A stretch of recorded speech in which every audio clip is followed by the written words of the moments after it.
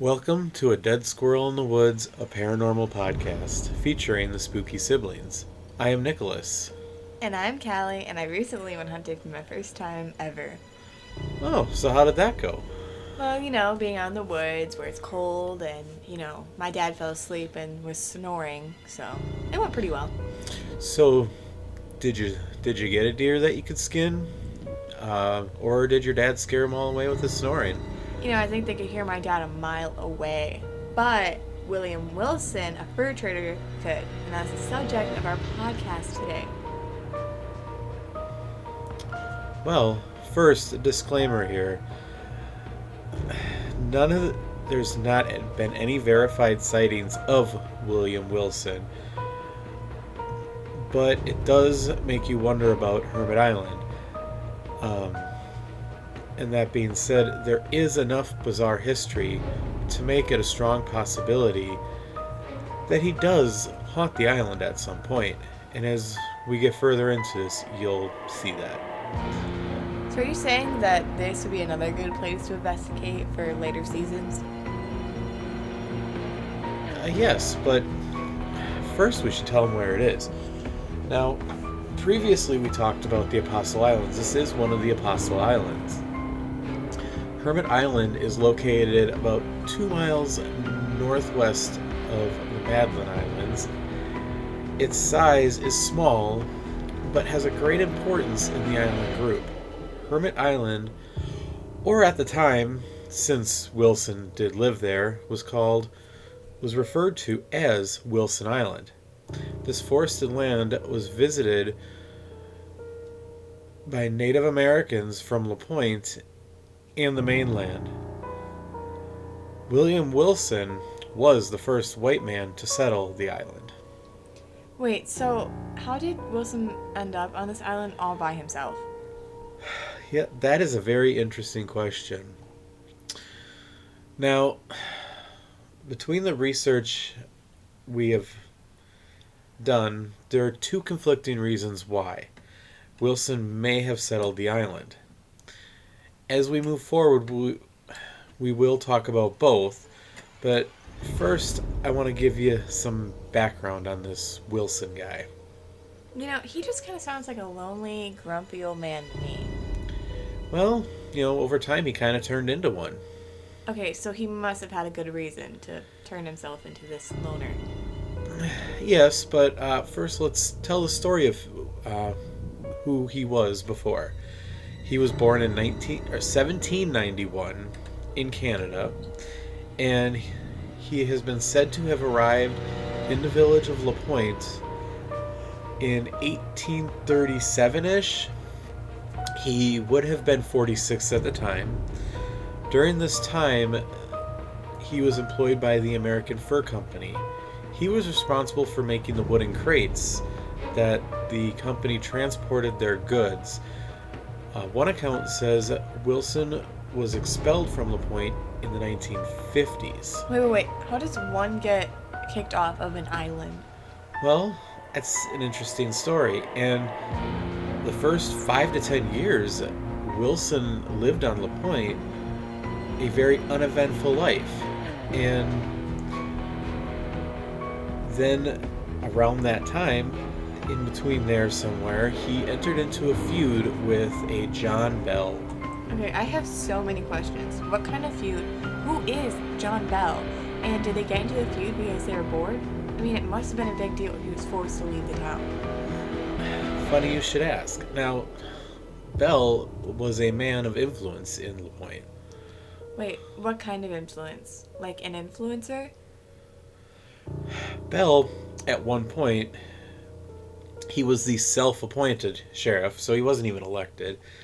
And he was also the magistrate, so he had the justice system under his hands too. So he ended up getting the name King John Bell by some. So yeah, maybe an influencer. Bell was also a person of influence with the Federal Bureau of Indian Affairs. In the 1800s, that was probably a pretty big deal. This just sounds like a narcissist to me. But what do you mean some have too much power? He did have a lot of power. And according to the legend, Wilson and Belle didn't like each other. Well, I kind of figured that one, but why? What gave it away? The fact that one of them that he ends up leaving the island, or Well, they just seem to not get along too well. yeah.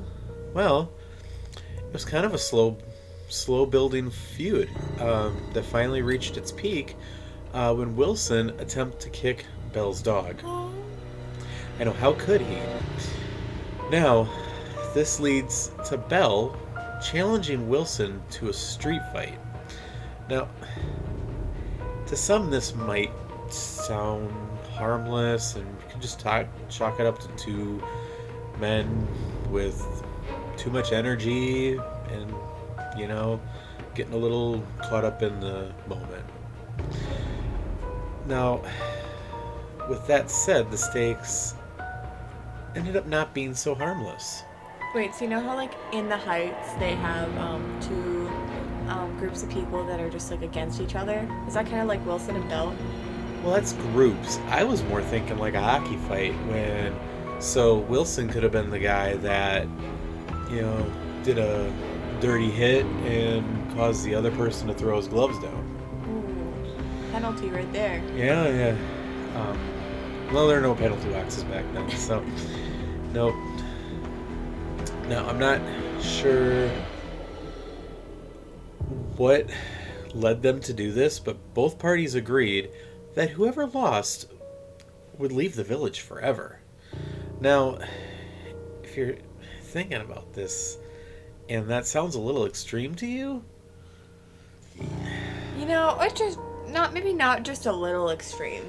yeah, leave town, didn't he own a home? Yeah, leave his whole life behind. Yeah, so now this brawl was to happen on the streets of Bayfield. Remember Bayfield from the previous episode, from where the women went to go shopping? Oh, yeah. Yeah. Dangerous there. Yes. Now, this was not a short brawl. This was like two heavyweights going against each other. And as you may have guessed, Wilson, of course, lost.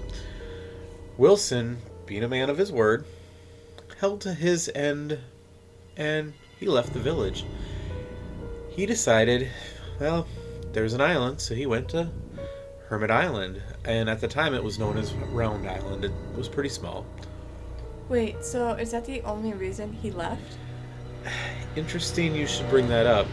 We did say earlier there was a few reasons, and there were actually two reasons that I found. Another theory to why Wilson left is due to the death of an unknown wife.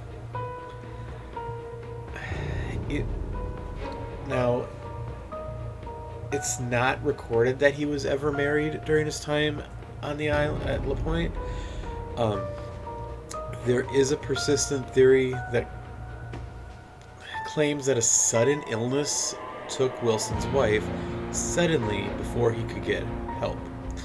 Now, if this is true, you can imagine that would Wilson be very distraught and a shell of the man he was and want to leave. If he was a shell of a man, it makes sense why he would move to Hermit Island. Oh boy. With both legends, the true version has been lost to history on why Wilson left La Pointe Island or La Pointe Village. I would like to think that, if it was the first one, not the second one. The second one's a little sad. Yeah. Yeah, so... I've had enough death. Yeah. So... now after he's gone to Hermit Island, now he's on Hermit Island, he has control of this island. It's a small, round island. He didn't have any visitors, and his visitors were by invitation only.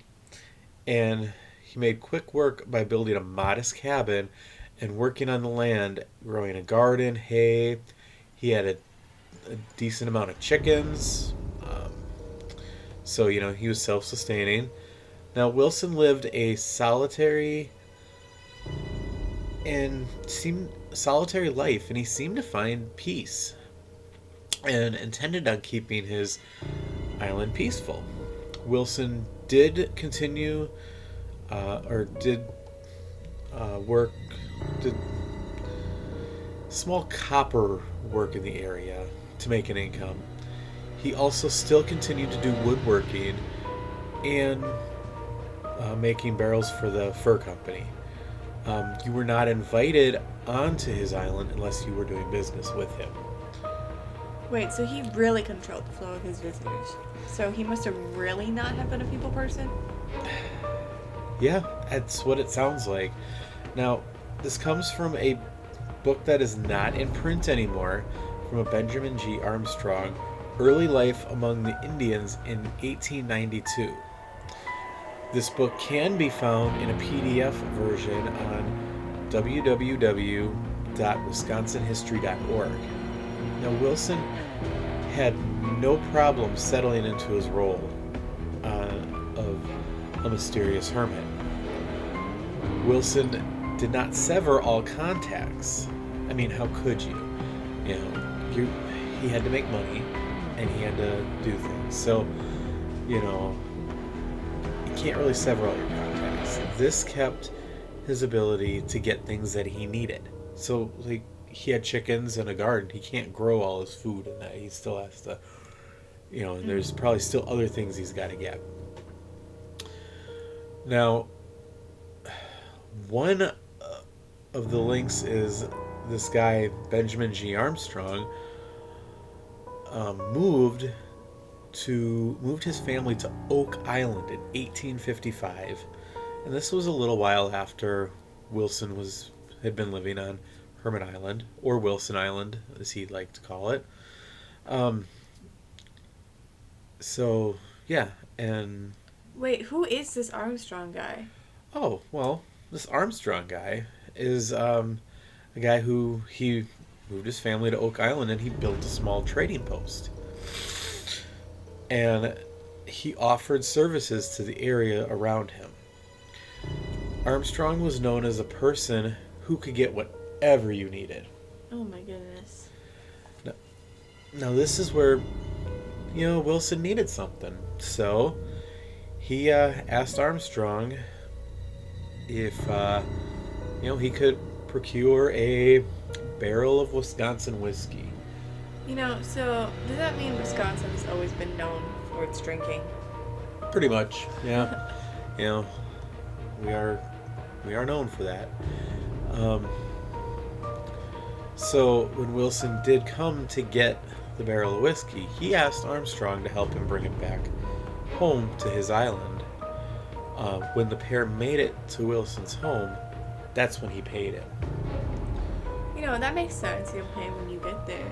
Yeah, it's not like he got a bottle of whiskey. He got a whole barrel. That's a lot of whiskey. Yeah, so, and maybe he was just stocking up so he didn't have to leave the island and could, live to the standard of a hermit. Yeah. So, now, according to the legend, when Armstrong counted the money, Wilson pulled out 3 or 4 buckskin pouches. A buckskin pouch is basically, say you were to have shot a deer and you skinned your deer. Oh, yeah. You could have just used the skin to make a pouch. Oh, kind of like a coin purse. Yeah, pretty much. And unfortunately for Wilson, he wasn't a very educated man. So, from what I can take on this, he trusted Armstrong, because he asked Armstrong to count his money for him. That's honestly very, very trusting for someone who's, so closed off from the world. Yeah. He didn't seem to have many people he knew, so, and it seemed like he only just did business with him. So,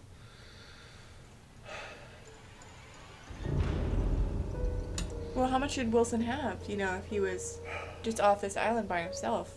Well, some call it a king's ransom, which would be in. Now, keep in mind, this is the 1850s, so when I say this number, to us, it doesn't seem a lot. Armstrong counted $1,300. That is the equivalent of $40,000. Oh wow. That is that's pretty good for doing business on a secluded island, I would think. That's not too bad. I mean, some people make that much a year after taxes, but do you know there are shoes that even cost that much? There are cars that cost less than that. It's crazy. I don't think I could go around walking around with shoes that are that much. Now, as weeks became months to years, Armstrong and Wilson became loosely, I guess, described as friends. So, more of acquaintances that got along and had a respect for each other, I think. So, Buzz Lightyear and Woody? You've got a friend in me. That's what that reminds me of. Yeah, they were buddies, but they weren't best of buddies, I guess. That's a pretty good comparison. This would explain why in the winter of 1861, Armstrong, being ever vigilant, would become concerned when he became aware of the fact that no smoke was coming from Wilson's chimney for days. Wait, so no smoke means no fire. And a fire is how you stay warm back then? So how is he staying warm if there was no fire? Well, he wasn't staying warm. As a matter of fact,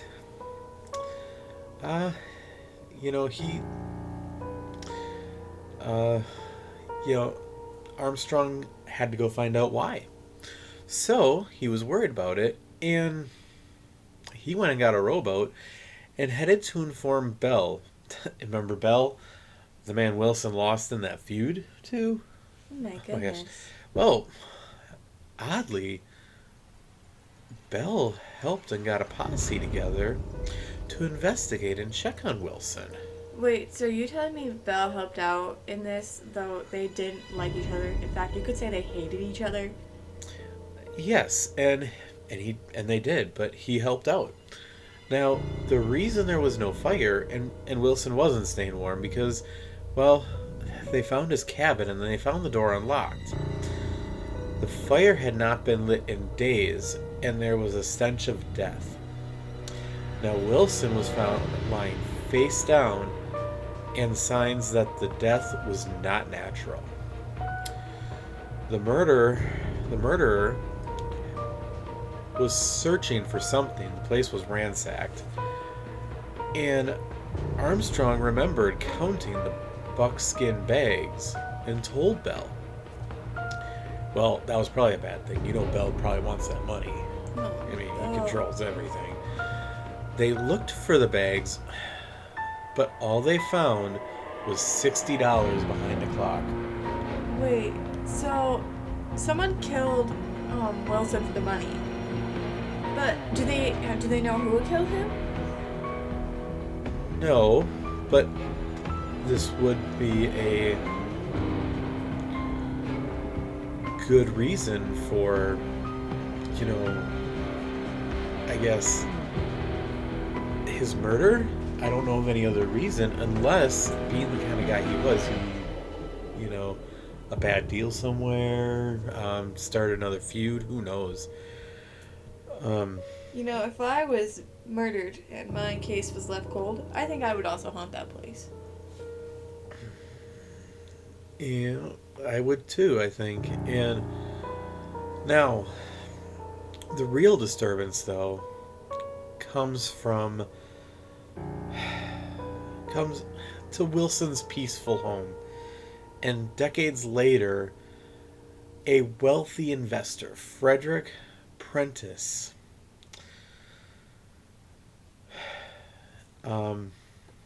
he was known as the Brownstone King. He purchased the island from Ellis Drake from Minnesota with stock in the sandstone quarry located in Bayfield.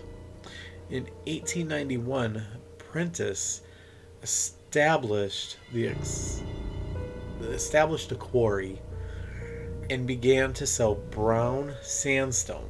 The quarry employed over 100 men. Now, Wilson lived there alone when he was there. Nobody was on the island. How do you think he felt having 100 workers living on that island? You know, I kind of feel like I understand how he felt because, my dad can actually be pretty loud sleeping or awake. Yeah.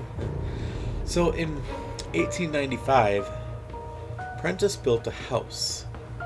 And it's not a modest house. This was an elaborate home. And it was on the East Shore. This was built in expectation that his marriage to a much younger woman was happening. But upon arriving at the island that same day, she was not impressed with the island at all. Oh man, I bet Wilson kind of felt offended by that. Well, it's interesting you say that. Now, Wilson probably didn't want her there. I don't know. One legend said he was married and his wife died. There's no record of his being married, so who knows what he thought of women. Oh. Now, that being said, the spirit of Wilson is what is thought to have soured the young lady in living on that island. So, I mean, he may have had a hand in it. She just kind of sounds like a spoiled little rich girl. Yeah. Who would want her there? Yeah, whatever the reason, the house was never used by the ones it was intended for. The house became a resort in the 1900s, and by the 1930s, well, Wilson had his way with all the noisy visitors on the island. He's really living up to that hermit expectation. No, I mean, I didn't see any stories saying people saw Wilson, but, there were disturbances, I guess. So, but in the end, Wilson had the last laugh, as the island is now part of the Apostle Islands with the federal legislation by former Wisconsin governor and U.S. Senator Gaylord Nelson. This was signed by President Nixon. This makes Hermit Island protected from any development. So that means Wilson can be a hermit in peace. Yep. That means this is a protected land. Nobody can settle that land. He is good.